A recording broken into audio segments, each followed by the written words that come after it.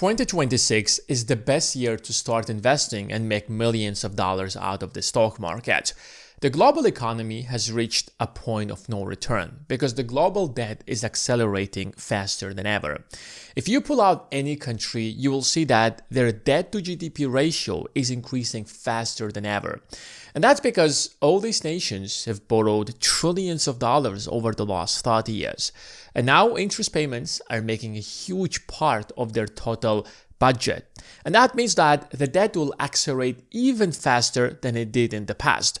And every single time there is more debt being issued by these governments, it means that your dollars are about to lose more of their value. What most people don't realize that debt is money creation, in other words. They don't actually call it printing money, but every single time the US government is borrowing money, it is basically increasing the money supply. Every single time you're getting a mortgage, you're increasing the money supply. And because our global economy today is a debt-driven economy and we have reached to a point where compound effect is kicking in, it means that the dollar from now onwards will lose a lot more value than it did in the past. And the problem is that the inflation itself is not going to rise that fast. It might actually stay at around 3%. It is mostly going to be asset inflation. Why? Because they have actually manipulated inflation numbers so much since 1960s and 70s that we no longer count inflation the way we did in the past. Inflation today is basically a basket of goods that they track and they make sure that it just stays around 2 to 3%. But in reality, they don't include in the inflation number house prices, for example. And think about yourself. What is your biggest expense? It is a house. It's a place you live. So if house prices are rising so fast and they're not part of inflation, ask yourself a very simple question. How can you even trust these inflation numbers? Now, if you pull out the data, I will say that house equivalent. Here's the question. Why wouldn't they directly put house prices in the inflation numbers? Because they know that all of these inflation numbers that you see are fake. If they count inflation today the way they did back in 1970s and 80s, the real inflation is going to be way more than 10%. And that's because the global debt is accelerating much faster than you can possibly imagine. So if you look at the US debt to GDP ratio, you can see that it is actually reaching 125%. And that means that from now onwards, since interest payments are so insanely high, the US government will have to borrow more debt in order to pay previous debt. And that is why you can see that the projections is that the debt is going to accelerate. And if the debt is going to accelerate at that speed, the value of the dollar is going to drop way faster than it did in the last 50 years. So if you have a fixed wages or if you're having savings, you can basically stop for a moment and ask yourself, what is going to happen to the value of my savings? So you spend the last 20 years, the last 30 years accumulating so much money. And now it's going to simply buy you a lot less things. You can buy less houses, you can buy less cars. Life in general is going to get a lot more expensive. And the irony is that it is not your fault. You're doing your job, you're working hard, you're actually producing way more than you did in the past. But they have changed the system in such a way that unless you're investing in the stock market, there is no way you can actually get rich. And this might seem like an exaggeration, but let me just show you the number. What you see in front of you is basically your productivity compares to your wages adjusted to inflation. So the green line is your productivity. So if you take an average American from 1950s or 1960s, today the average American is far more productive than it has been in the last 50 years. And the productivity of the average American is basically growing every single year. There is no question about it. So if you're becoming more productive, aka means that you're producing more, your output to the economy is growing, naturally the average person is going to think that I should be paid more. Well, of course you're getting paid more, but asset prices and inflation is kicking in on the other side. So if we take an increase in your wages and we're going to adjust it to inflation, then your real wages haven't actually increased since 1970s. Basically, you're making as much money as you used to back in 1970s and 80s, but you're working far longer, you're producing far more. It doesn't actually make sense. And that's because in 1970s, the United States of America has changed not just the system in the United States, but the system globally. They made it in such a way that you no longer can possibly get rich when it comes to your wages. The only way to get rich in the system is to make sure that you're investing. Everyone else is not going to get rich. And that's why when you look at the wage gap that has increased sharply since 1970s, like they tell you the statistics that the average CEO makes far more today than they used to back in 1970s. But if you pull out the data and you see how exactly these CEOs are getting paid, they're not getting paid directly as a paycheck like you're getting paid. The CEOs are getting paid in stock compensations. And because they're getting stocks and these stocks rise in value over time, that's why they're making so much money. If they have paid you also in stock compensations, you would make far more money than you could possibly imagine. And when you are sleeping, you're not working, your money, your stocks on behalf of you are making far more money. Imagine you joined Facebook 20 years ago and you were offered an option. Either you're going to be paid like $100,000 in cash, or you will be paid $50,000 as a paycheck, and the other $50,000 are going to be in stock compensations. I guarantee you for a fact that today you would be a multi-millionaire. You would not just have a few $1,000,000. You would have tens of millions of dollars. But most people are going to choose the $100,000 that they will receive today. So the system is basically screaming, please, for God's sake, start investing as soon as possible, because this is the only way to start investing. But here's the problem. Most people don't know how to invest, and investing at the end of the day is risky. If I'm making money, I'm not working in Facebook or Alphabet or Apple, how do I invest? I don't know which stocks I should be picking up. Which is why we have ETFs. An ETF is basically a financial institution that invests in a variety of companies. So they might be investing in a certain sector, they might be investing in a certain industry. And when you invest in this ETF, you're basically investing in the entire industry.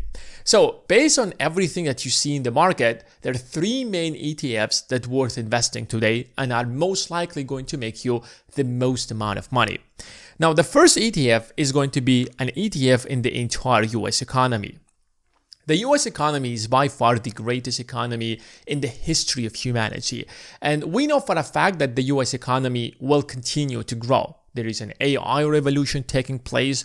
There is so much chaos in the world that the United States ends up victorious regardless of what happens in the world.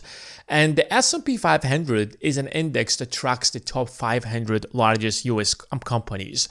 And that means that when you're investing in the S&P 500, you're basically investing in the strongest companies in the United States. And as long as they keep growing, which most likely they will do, at least they've done that historically, you are going to win. If you look at the S&P 500 and you compare it to your wages or how your wages have been growing, you will be blown away. Since 1970s, the S&P 500 has grown by 500%, or almost 500%, while your productivity has grown by 170%, while your real wages has grown by 15%. So basically, if the average person has invested in the S&P 500 since 1970s, he would be guaranteed millionaire since then. While the second person who did not invest, he would not be a millionaire and he would still be living paycheck to paycheck. So wages have grown by 15%, the S&P 500 grown by almost 5,000%. And your investments are taxed at a much lower rate than your paycheck. There are a lot of ETFs in the US that invest in the S&P 500. Pretty much every huge financial institution has a fund that invests there. But the ones that I'm investing is VOO. This is an S&P 500 index by Vanguard. They have very low fees. You can basically invest in them. I basically just dollar cost average in these ETFs, knowing for a fact that this index will continue growing. Now, the second ETF that I'm investing is basically a tech ETF. If you look at our economy, you realize that technology is playing the most important role.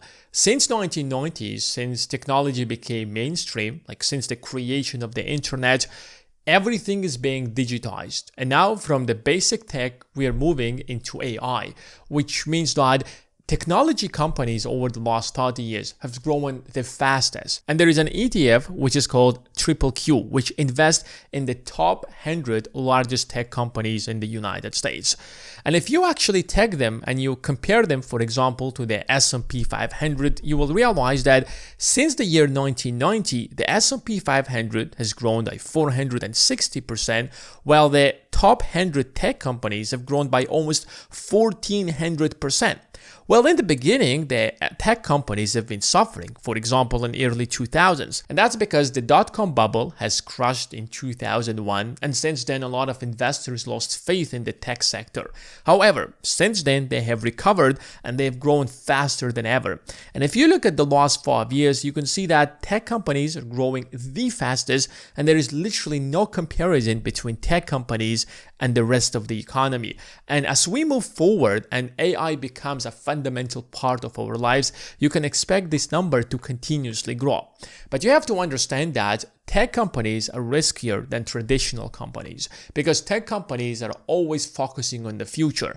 And because global events can really impact our projection in the future, for example, when oil prices dramatically rise, that will increase inflation and investors are suddenly stressed. So they might be actually selling their tech stocks and move to more safe haven assets. So you can expect tech stocks or the QQQ ETF to be much more volatile than the S&P 500. The third ETF that I'm investing is an ETF that invests in gold. I don't actually like investing in gold because I like active assets, like a business that generates real value to the society. But because we're getting away from this fiat currency and we're moving into a new world order where we are going to have multipolar reserve currencies, the world is basically selling US dollars, selling US treasuries, and they're buying a lot of gold. Major central banks across the globe are buying so much gold. And as long as there is going to be an opportunity to buy gold, you will find countries such as China, India, and Russia massively buying these golds because all of these countries want to have the gold as a backbone to back up their currencies. Usually, or historically since 1945, that has been the US dollar. But we can clearly see that that world order is changing right now. And that's why since 1990, you can see that gold prices have outperformed any other investment. So the S&P 500 has grown by 460%. The top tech companies have grown by 1400%, while the price of gold has increased by 1700%, almost 1800%. And lately, it is growing faster than ever. And that's because the world is changing. And there is a very good probability that gold prices are actually going to cross even $10,000 within this year or maybe by the end of the next year. But how do I invest in gold? Well, this is the ETF that I use to invest in gold, which is called iShares Gold Trust Micro. You can find it out using this ticker symbol. This is an ETF that is created by BlackRock. Of course, they will charge you a very tiny little fee, but that fee doesn't actually matter. If you want to personally invest in physical gold, that is extremely expensive because you gotta buy the gold first of all, you gotta find a good price, and then you have to store that gold somewhere, and it's not actually safe. But if you don't want to go through all of that hassle, you can simply pull out your phone and invest in one of these ETFs, and you will be investing in gold. You will be having exposure to gold. So if you pull out and look at all of these three graphs, suddenly you realize that the people who are on a fixed income, they are going to lose for a fact. But the people who are investing in at least one of these ETFs, their wealth are exponentially growing.